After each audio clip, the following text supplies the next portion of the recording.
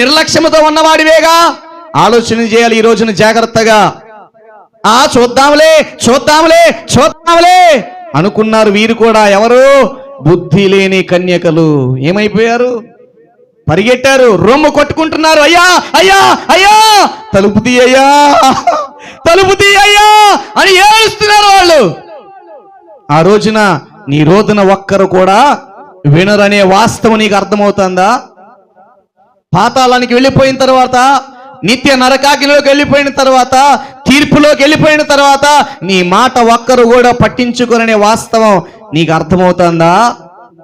నీకు ఇష్టం వచ్చినట్లుగా ప్రవర్తించి, నీకు ఇష్టం వచ్చినట్లుగా తిరిగి, నీకు కుదిరితే ప్రార్థన చేసి, కుదరకపోతే ప్రార్థన చేయకపోతే, కుదిరితే దేవుని సందుకొచ్చి, కుదరకపోతే దేవుని సంది మానేస్తే నువ్వు బుద్ధి లేని వ్యక్తి అనే విషయం ఈరోజు నువ్వు జాగ్రత్తగా ఏం చేయాలి?